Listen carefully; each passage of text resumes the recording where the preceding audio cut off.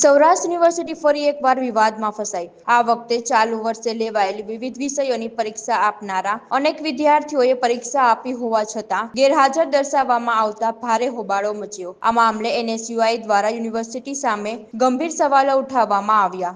NSUI દ્વારા media સમક્ષ આવીને જણાવવામાં આવ્યું છે કે યુનિવર્સિટીના પરીક્ષા વિભાગની બેદરકારીના કારણે અસંખ્ય વિદ્યાર્થીઓ મુશ્કેલીમાં મુકાયા। આશ્ચર્યજનક રીતે જે વિદ્યાર્થીઓએ ખરેખર પરીક્ષા આપી છે અને જેમની હોલ ટિકિટ પર સુપરવાઇઝરની સહી પણ છે, તેમને પણ પરિણામમાં ગેરહાજર દર્શાવવામાં આવ્યા છે। આવા અનેક વિદ્યાર્થીઓ ખુદ મીડિયા સામે આવીને પોતાની આપવીતી વર્ણવી રહ્યા છે। એનએસયુઆઈ નો આક્ષેપ છે કે સૌરાષ્ટ્ર યુનિવર્સિટીનો પરીક્ષા વિભાગ વારંવાર આવા છબરડા વાળે છે, જેના કારણે વિદ્યાર્થીઓના ભવિષ્ય પર અસર પડી રહી છે। આ બેદરકારીનો ભોગ બનેલા વિદ્યાર્થીઓ રીએસેસમેન્ટ કરાવી રહ્યા હોવા છતાં કોઈ નક્કર પરિણામ આવી રહ્યું નથી। યુનિવર્સિટીની આ બેદરકારીના કારણે અનેક વિદ્યાર્થીઓના પરિણામો લટકી ગયા, જેનાથી તેમના શૈક્ષણિક કારકિર્દી પર પ્રશ્નાર્થ સર્જાયો છે।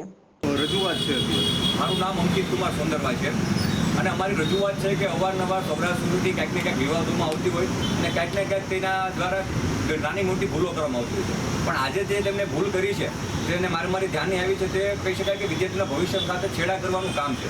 કે વિદ્યાર્થીઓ એક્ઝામ આપી છે છતાં પણ વિદ્યાર્થીઓને ક્યાંક ને ક્યાંક એબસન્ટ બતાવી કે તમે ગેરહાજર રહ્યા છો પરીક્ષામાં, એવું બતાવવામાં આવી રહ્યું છે અને વિદ્યાર્થીઓ પોતે ફિઝિકલી રીતે ત્યાં એક્ઝામ દીધી છે અને હાજર છે અને ત્યારબાદ વિદ્યાર્થીઓ ત્યાં ગયા છે યુનિવર્સિટીએ, તેણે વિદ્યાર્થીઓ રજૂઆત પણ કરી છે, વીસી સાહેબને કરી છે, પરીક્ષા નિયામકોને કરી છે કે સાહેબ અમે પરીક્ષામાં હાજર છીએ છતાં પણ અમને ફેલ ગણવામાં આવી રહ્યા છે। ત્યારબાદ તેને વર્ષ જેવો ઘણા બધા વિદ્યાર્થીઓનો સમય થઈ ગયો, ઘણા બધા વિદ્યાર્થીઓનો 2-3 મહિના થઈ ગયા છે, પણ આજ દિન સુધી યુનિવર્સિટી દ્વારા કોઈ પણ જાતનું કે કોઈ પણ રીતે એક્શન લેવામાં આવ્યું નથી કે એના રિઝલ્ટમાં હજુ પણ એબસન્ટ જ બતાવવામાં આવી રહ્યું છે। વિદ્યાર્થીના આગળના ચેપ્ટરમાં જો એડમિશન લેવું હોય, છાત્રાલયમાં એડમિશન લેવું હોય તો તેના માટેનું રિઝલ્ટ બહુ મહત્ત્વનું બની જતું હોય છે, પણ જેના કારણે આજે કંઈ કહી શકાય કે વિદ્યાર્થીઓને એબસન્ટ બતાવી અને ઘણા બધા વિદ્યાર્થીઓ છે, મારી સાથે વિદ્યાર્થી પણ ચાવડા અભિષેકભાઈ પણ છે કે જે પોતાને પણ જે એબસન્ટ બતાવવામાં આવી રહ્યા છે। તો આ ક્યાંક ને ક્યાંક યુનિવર્સિટી દ્વારા જે કંઈ પણ કહી શકાય કે તે સંપૂર્ણપણે આ વસ્તુ ચલાવી લેવામાં ન આવે, જે વિદ્યાર્થીઓ પાસ છે તેને પાસ કરવામાં આવે। અમારી પાસે અમુક વિદ્યાર્થીઓનો ડેટા છે, તો ચાવડાભાઈ જે આપણે છે તેમનો જો ડેટા બતાવું તો એમના એક રિઝલ્ટમાં જ અહીંયા આપણે જોઈએ છે કે એબસન્ટ બતાવવામાં આવી રહ્યું છે, પણ ત્યારબાદ તો તે એબસન્ટ હોય, તે હાજર ના હોય તો તેની પાસે હોલ ટિકિટ ક્યાંથી આવે છે, તમારા સુપરવાઇઝરની સાઇન ક્યાંથી આવે છે? તો આ ઘણા બધા આવા વિદ્યાર્થીઓ છે કે જે મારી પાસે સંપર્કમાં આવ્યા, 5થી કહી શકાય કે 5 થી 6 વિદ્યાર્થીઓ સંપર્કમાં આવ્યા। ત્યારબાદ અમે રૂબરૂ ત્યાં તપાસ કરી તો અમને ત્યાંના સ્ટાફ દ્વારા જાણવા મળ્યું કે આવી કેવી રીતે 25 થી 30 વિદ્યાર્થીઓની છે, પણ આજ દિન સુધી તેને કામ કર્યું નથી। મને લાગી રહ્યું છે ક્યાંક ને ક્યાંક તે ખાલી માત્ર ને માત્ર સૌરાષ્ટ્ર યુનિવર્સિટીની ઓફિસોમાં બેસી અને ચા પાણી પીવાના કામ જ ત્યાં ચાલતા હોય તેવું લાગી રહ્યું છે અને આપણે જઈએ ત્યાં તારીખ કરી અને આપણે ઠાલવી દેવામાં આવતો છે। ઘણા કેસના વિદ્યાર્થીઓ એવા છે કે જે વિદ્યાર્થી મૈત્રા માધવીબેન કરીને એક વિદ્યાર્થીની છે કે જે મારી સાથે સંપર્કમાં આવ્યા અને તેમણે મને જાણ કરી કે ભાઈ મેં એક્ઝામ આપી 3 વિષયમાં, તેમાંથી એક વિષયમાં તે ફેલ થયા। ત્યારબાદ તેમણે રીએસાઇનમેન્ટ કરાવ્યું, પેપર ખોલાવવામાં આવ્યું। ત્યારબાદ પેપર ખોલાવ્યું તો તે પેપરમાં જે પેપરમાં ફેલ છે એ નહીં, પણ જે પેપરમાં પાસ હતા એ પેપરનું રીચેકિંગ કરીને યુનિવર્સિટીની ભૂલ છે અને યુનિવર્સિટી પોતે સ્વીકારે છે કે અમારી ભૂલ છે, પણ હવે તમે પાછી પરીક્ષા આપી દો। બેન પાછી પરીક્ષા પણ આપે છે અને બેન પાછી પરીક્ષા આપીને રિઝલ્ટ આવે છે તો બેન જેમાં પાસ છે એમાં પણ એબસન્ટ બતાવે છે કે તમે આ પેપરમાં હાજર નથી અને તમે જે પરીક્ષા દીધી એમાંય એબસન્ટ છો। બેન તાજેતરમાં ત્યાં હાજર હતા અને ત્યારે પરીક્ષા આપી છે, તો આ પણ એક ગેરનીતિ છે। ત્યારબાદ એક જે જિજ્ઞાસા બેન કરીને છે સરવૈયા, એ બેન પરીક્ષા આપે છે, પરીક્ષા આપ્યા બાદ એ બેનને કહે છે કે તમે એક્ઝામમાં ગેરનીતિ કરી છે। ત્યારબાદ તેને હિયરિંગ માટે યુનિવર્સિટીમાં બોલાવે છે, સુપરવાઇઝરને બોલાવે છે અને સુપરવાઇઝરનો વાંક હોય છે કે પેપરની જે પ્રિન્ટ હોય છે તે ઉલટી છપાય છે અને એને પેપરને ફાડી અને તેને સ્ટેપલર મારી અને પાછું પેપર આપવામાં આવે છે અને યુનિવર્સિટી તેને સ્વીકારે છે કે ભાઈ તમે ગેરનીતિ કરી નથી। આ સ્વીકાર્યા બાદ પણ આજ દિન સુધી જાન્યુઆરી 2024ના રિઝલ્ટ ડિક્લેર થાય છે, તે લોકો પ્રક્રિયા કરે છે ફેબ્રુઆરી સુધીમાં, પણ આજ દિન સુધી એમનું રિઝલ્ટ સુધર્યું નથી અને યુનિવર્સિટીમાં જઈએ છીએ ત્યારે ક્યાંક ને ક્યાંક નવા બાના અને ક્યાંક ને ક્યાંક નવી નવા આપણે કહી શકાય કે વિદ્યાર્થીઓને લોલીપોપ આપીને મોકલવાનું કામ કરતા હોય છે। તાજેતરમાં જ જાણ કરીએ તો જ્યારે આપણે પેપર જ્યારે રીચેકિંગમાં કરાવીએ છીએ તો તેના જવાબ આપણી જ્યારે પરીક્ષા લેવામાં આવતી હોય છે કે પરીક્ષાના બીજા વર્ષની પરીક્ષા લેવાય છે ત્યાં સુધી પેપર રીચેકિંગ થતા નથી। જ્યારે બીકોમની એક્ઝામ તાજેતરની જ વાત કરું કે બીકોમની જે એક્ઝામ છે તે પહેલા સેમની એક્ઝામ 5 મહિના પહેલાં લેવાઈ ગઈ છે, પણ આજ દિન સુધી એનું રિઝલ્ટ ડિક્લેર થયું નથી।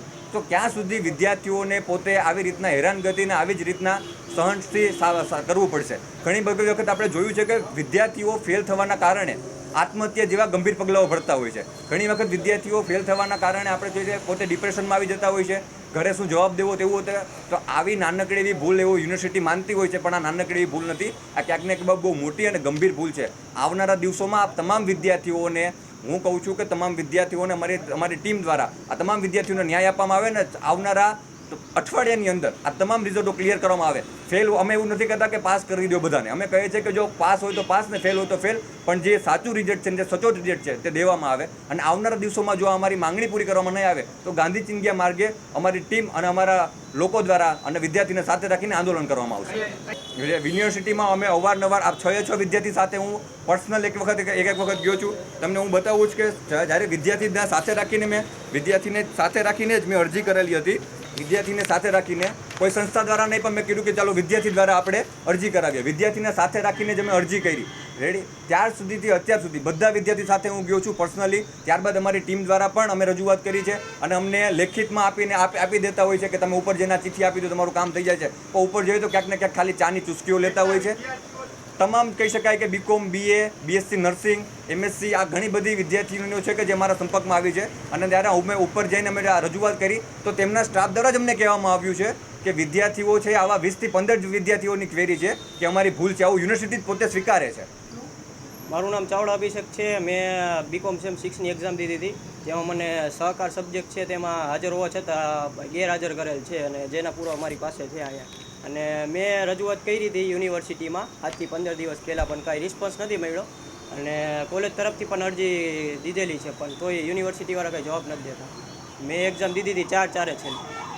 યુનિવર્સિટીમાંથી એમ કહે છે કે તમારી ભૂલ કે સુધારી દેવામાં આવશે આટલા દિવસમાં, પણ કંઈ રિસ્પોન્સ નથી મળતો. પછી આ પરીક્ષામાં પાસ ન કરે તો મારે આગળ કરવાનું છે માસ્ટર ડિગ્રી, જેમાં મને એડમિશન મળવું મુશ્કેલ પડી જાય, જેના લીધે ફેલ કર્યો છે તેના હિસાબે. એટલે આ રિઝલ્ટ સુધારવામાં આવે તેની મને અપીલ છે. શું માગણી છે તમારી? જલ્દીથી જલ્દી આનો પ્રસ્તાવ મને મળે રિઝલ્ટનો એમ. અમારી કોલેજમાં 2 વિદ્યાર્થી છે, એક BBA વાળો છે ને એક BComમાં, જેમાં હું છું BComમાં. મારે સહકાર સબ્જેક્ટ હતો.